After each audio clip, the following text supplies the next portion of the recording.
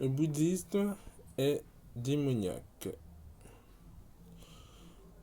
Beaucoup de personnes adorent Bouddha et bien d'autres démons sans le savoir, qui ont beaucoup d'apparence sur des statues, Marie, le catholicisme. Et c'est un temps de réveil et non d'être endormi. Surtout si nous recherchons Dieu, éventuellement, il ne se trouve pas dans des statues ou dans un chapelet et quoi que ce soit comme d'autres formes qui se matérialisent par un objet. Euh, Ça peut être aussi avec la technologie aussi. Nous adorons aussi la technologie qui est le téléphone et bien d'autres choses aussi que pour mettre qui est comparable à un Dieu, évidemment l'argent. Mais avant tout, c'est Dieu seul qui doit être adoré. Alors ici, on voit que dans le bouddhisme, cet article est très intéressant en fait, qui parle de le bouddhisme. Nombreuses sont les âmes qui sombrent dans le bouddhisme et se laissent séduire par les mensonges de l'antéchrist, par un phénomène de mode tout d'abord, mais surtout parce que le Dalai Lama et les bouddhistes haut placés font une véritable guerre très discrète contre le christianisme. Le Dalai Lama est bouddhiste tibétain. Le bouddhiste tibétain n'est ni philanthropique ni tolérant et son plus haut représentant, le Dalai Lama, n'est pas un saint. Cette déclaration émane de deux anciens collaborateurs du Dalai Lama, prix Nobel de la paix. Euh, Ces hommes sont vraiment pas de paix, quoi. Alors, je crois pas. S'ils sont dans une relation avec une statue, ça ne vient du tout pas de Dieu, quoi. Parce que Dieu veut qu'on adore en esprit et en vérité. Et, toi, chaque homme qui dit qu'il recherche la paix, il recherche la stabilité de son esprit, qui veut changer de comportement et ce développement personnel qui se fait seul et qui n'est pas avec l'aide de Dieu ou dans sa parole, la Bible, montre clairement des pensées du diable. Euh, Automatiquement, les pensées du diable viendront, quoi. Il ne sera pas influencé par de bonnes pensées. Euh, alors, selon Herbert et Marianne Rotesgen, experte en études culturelles, le Dalai Lama, au lieu d'être le véritable champion de la tolérance religieuse et de la coexistence des croyants, est le chef du système religieux dont le but est de conquérir le monde. Évidemment, des grands criminels. Pendant les années 80, Herbert Rostingen faisait partie du groupe de soutien allemand du Dalai Lama. Il publiait ses écrits et organisait meetings. Mariana Rotingen était effectivement engagée dans la promotion du dialogue interreligieux. Plus tard, ils décidèrent de réaliser une étude critique sur l'arrière-plan occulte et politique du bouddhisme tibétain. Les résultats de cette recherche furent publiés sous les pseudonymes de Victor et Victoria Timothy sous le titre L'ombre du Dalai Lama. Le Dalai Lama a récemment visité Munich et a été reçu par le ministre de l'Intérieur allemand Otto Schmidl du Parti social-démocrate SPD. Marianne et Albert Weinstein, interrogés par idée, voilà. Aussi non, quoi, ils ont dit non là. On critiquait voilà, le PDF pour avoir courtisé le chef d'une religion sans prendre garde à son contenu humain.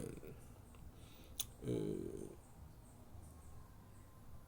la tantra Kalashkran, la tantra Kalachakra, je sais pas c'est quoi sinon. préféré du Dalai Lama contient une manipulation consciente des croyants, l'usage flagrant d'images d'ennemis et d'une technique de guerre agressif. Le Tantra prône également un scénario apocalyptique qui est censé arriver en 2327. En 2327, eh bien, lors d'une Buduscatis, oh là là, comment je dis ça là quoi, sera établi après la destruction des tenants d'autres confessions. Il a inspiré des groupes fascistes aussi bien que Shoka Ashara, le fameux gourou de la secte japonaise. Bon, son nom est écrit, hein. Voilà, responsable de l'empoisonnement de foules de gaz à attentats terroristes dans le métro de Tokyo. Ah, ça, c'est pas nouveau, ça. Lorsqu'on parle de terrorisme, d'attentats, c'est toujours les sataniques qui sont derrière ça. C'est facile qu'ils mettent le nom de Dieu après derrière. L'ignorance ne pardonne pas dans ce monde. Le bouddhisme tibétain est centré sur la magie, la croyance aux esprits et les rituels de sacrifice dans lesquels l'invocation d'esprits impurs joue le rôle vital. En effet, la déesse protectrice personnelle du Dalai Lama est un démon, nommé Pelden, je sais pas si c'est ce démon quoi, dont le rôle est de détruire les ennemis de la vraie doctrine. Évidemment, c'est une servante du diable quoi, pour mener maximum d'hommes et de femmes en enfer avec Lucifer. On dit que ce démon a tué son propre fils parce qu'il refusait d'adhérer au bouddhisme. Des illustrations iconographiques dépeignent Pelden, oh là là, travers un lac de sang. Comment un homme saint comme le Dalai Lama peut parler de tolérance religieuse s'il possède une déesse protectrice comme celle-là? Demande de Marianne Rostenberg. Ouais, évidemment, si tu es un homme saint et que c'est quoi que tu es dans la piété, etc., que tu as acquis un certain niveau de sagesse, et pourquoi avoir besoin d'une déesse, quoi? Parce que ça montre vraiment que tu n'es pas dans la sagesse. Tu ne reçois tes ordres d'une déesse. Alors que quelqu'un qui est dans la sagesse recherche à Dieu. Le vrai créateur se trouve dans la sagesse. Lui seul est la sagesse pure. Et non dans des démons qui ont des plans machiavéliques. Selon M. M. et même Roustagent, les discours écuménistes du Dalai Lama sont une farce à moins que les pratiques secrètes du Tantra Kalachakra soient dévoilées. Également, les théologiens ont vu ne prenant pas assez au sérieux les propres affirmations du bouddhisme tibétain, plaident-ils. Lors de réunions interreligieuses, il est parfois affirmé que les bouddhistes sont des chrétiens en mieux pour des raisons politiques et religieuses. Évidemment, les présentations officielles du bouddhisme tibétain et leurs disciples occidentaux ne tolèrent aucune critique sur le Dalai Lama et sur l'exploitation des femmes en leur sein. Les contrevenants sont calomniés et reçoivent même des menaces de mort. Ces personnes sont vraiment pas des gens à suivre. Et oui, moi je suis pas étonné parce que bon, en même temps je lis cet article, mais je le savais déjà en fait. Évidemment quoi, oui, voilà. Alors il est dit que il est pas affirmé que les bouddhistes sont des chrétiens en mieux. Ça veut dire qu'elle est connue quoi. Évidemment, on fait passer le bien pour le mal quoi. Et ce qui se va se faire avec évidemment ce virus aussi quoi. On mettra le vaccin pour dire oui, c'est ce qu'il faut quoi, tout le monde, même si tu n'es pas contaminé, alors oui, il faudra prendre ce vaccin. Alors que ce vaccin peut donner d'autres maladies. Ces gens ont toujours des programmes et des plans stratégiques quoi, qui ne finissent pas. Euh, le bouddhisme tibétain est sans doute la philosophie la plus occulte du monde. Le grand public ignore la doctrine souveraine du bouddhisme tibétain. Comme je disais, l'ignorance ne pardonne pas, c'est un. Il y a, il y a de nos jours plus types de bouddhisme qui sont de modéré à dangereux. Cet article est vrai. On pourrait aussi mentionner la prostitution des enfants dans les temples du bouddhisme tibétain. Les pires ennemis du Dalai Lama sont d'ailleurs les Tibétains eux-mêmes, qui l'accusent de faire de la politique avec la religion et de la religion avec la politique. Non, la pédophilie se fait actuellement, quoi. Je veux dire, c'est la pédophilie qui se fait dans le catholicisme. Ces hommes, soi-disant, qui disent des représentants de Dieu et qui se font des choses abominables pendant qu'on ne les voit pas. Mais Dieu est au courant de tout. Le soleil et la lune en témoignera. Et ces choses dégoûtantes qui se font doivent être punies. Bien qu'il y ait bientôt une loi pour que ces hommes fassent leurs choses dégoûtantes, faire de la pédophilie, vu que l'homosexualité est déjà établie, alors je ne serais pas étonné de voir ce que ça va arriver, cette merde. Dans le bouddhisme, Dieu, Bouddha et le démon ont parfois le même visage. Il n'y a pas de dualité entre Dieu et les démons. Pas de séparation. Ils ont le même visage. Bouddha devient parfois le démon et inversement.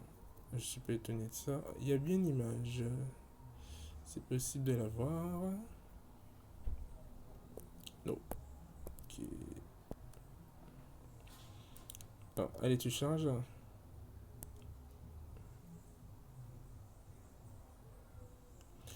Zen. Ouais, tout ce qui amène l'histoire de Zen, quoi. Sérieux. Stupidité de yoga aussi. Qui est bien démon aussi pour les ignorants. Bon, là. Il est censé me donner une image de ce démon à deux faces. Oui. Qui a une face de sagesse et une face de démon. Pourtant, ce n'est pas la bonne image. Non. Ok. Il a fallu du temps à l'Europe et à l'Amérique pour comprendre que l'islam venait du diable. Le Coran est d'ailleurs surnommé la contrefaçon suprême du diable. Espérons qu'il ne faudra pas autant de temps pour que nos peuples réalisent que le bouddhisme est de même un mouvement antéchrist très dangereux et tout à fait démoniaque. Au moins de doute sur le mouvement, rappelons-nous les paroles de l'Évangile, 1 Jean 4, 3. Et tout esprit qui ne confesse pas Jésus n'est pas de Dieu, c'est celui de l'Antéchrist, dont vous avez appris la venue et qui maintenant est déjà dans le monde. Oui, l'Antéchrist est déjà là et prépare son terrain. Tout ce qui est avec la politique et ce virus, justement, est programmé par les fils du diable. Petit enfant, c'est là la dernière heure. Et comme vous avez appris que l'Antéchrist vient, il y a maintenant plusieurs antéchrists. Par là, nous connaissons que c'est la dernière heure. Oui, c'est l'heure de donner sa vie à Christ, le Fils de Dieu qui s'est livré sur la croix du calvaire. C'est le temps d'accepter Jésus parce que ce monde arrive à sa fin. Voilà. Cet article était très intéressant sur le bouddhisme et j'espère qu'il édifiera beaucoup. Et ça date depuis 2012. Hein. Bon. Que je suis bien tombé. Depuis le temps. Alors, il y a encore pas mal de choses à lire. Depuis les temps les plus reculés jusqu'à aujourd'hui, on trouve dans différents peuples une certaine perception de cette force cachée qui est présente au cours des choses et aux événements de la vie humaine, parfois même une reconnaissance de la divinité suprême ou même d'un Père. Cette perception et cette reconnaissance pénètrent leur vie d'un profond sens religieux. Quant aux religions liées au progrès de la culture, elles s'efforcent de répondre aux mêmes questions par des notions plus affinées et par un langage plus élaboré. Ainsi, dans l'hindouisme, les hommes scrutent le mystère divin et l'expriment par la fécondité indénisable des mythes et par les efforts pénétrants de la philosophie. Ils cherchent la libération des angoisses de notre condition, soit par les formes de la vie ascétique. Définition, je vais voir ça après. Soit par la méditation profonde, soit par le refuge. Ok, d'accord. Par le refuge en Dieu, avec amour et confiance. Dans le bouddhisme, selon ses formes variées, l'insuffisance radicale de ce monde changeant est reconnue et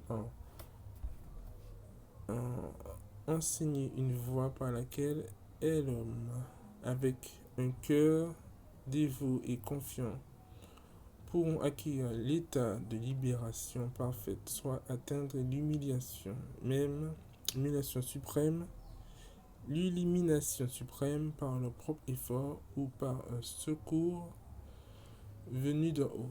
De même aussi, les autres religions qu'on trouve de par le monde s'efforcent d'aller de façon diverse au devant de l'inquiétude du cœur humain en proposant des voies, c'est-à-dire des doctrines, des règles de vie et des rites sacrés.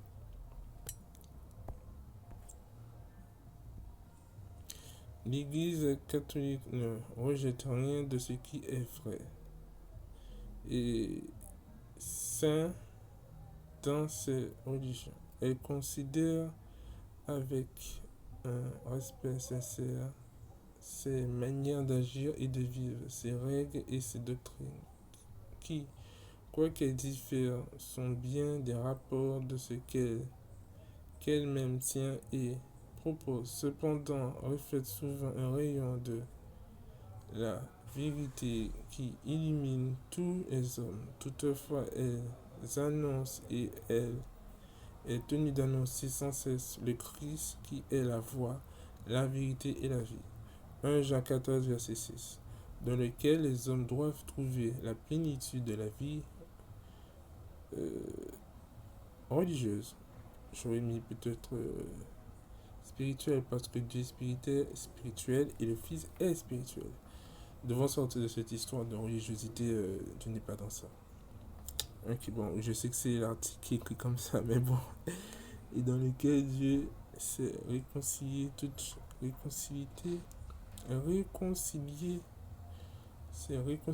choses. Oui, Christ est venu réconcilier les hommes avec le Père. Parce que au début de la création, nous étions faits à l'image de Dieu et nous sommes toujours à l'image de Dieu. Et nous avons été séparés à cause de Adam et Ève qui ont péché dans le jardin. Vous connaissez cette histoire.